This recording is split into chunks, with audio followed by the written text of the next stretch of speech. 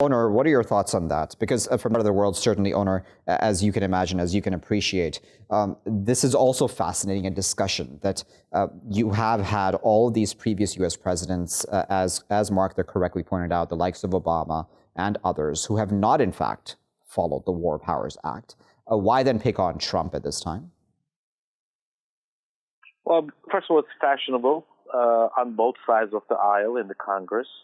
Let's not forget, as there are, of course, almost maybe unanimously Democrats being opposed to Trump's term, or Trump as president, or Trump as the new president after the election.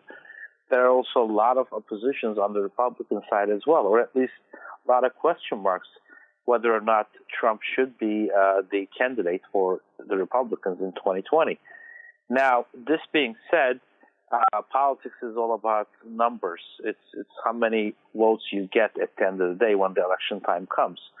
I think it's becoming more and more apparent that Trump, maybe it's not safe to say he has a good chance to win in 2020, but Trump certainly does seem to have, at least, a better chance today than he did a couple of months ago or 6 months ago, winning the presidential election or re-election again for himself.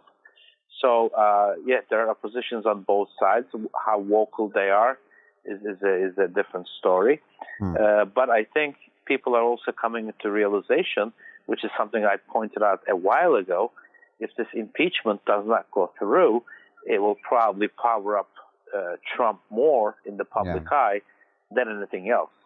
And now, whether he's extending the limits of his power as the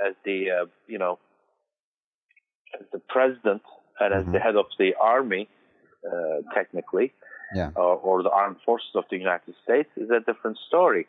Let's not forget, Trump is going to election having eliminated two of who the U.S. calls terrorists.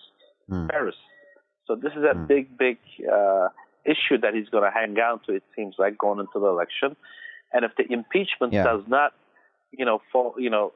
result from him being removed from the presidential seat, he might possibly have one of the biggest margins in the recent history, winning over his opponent.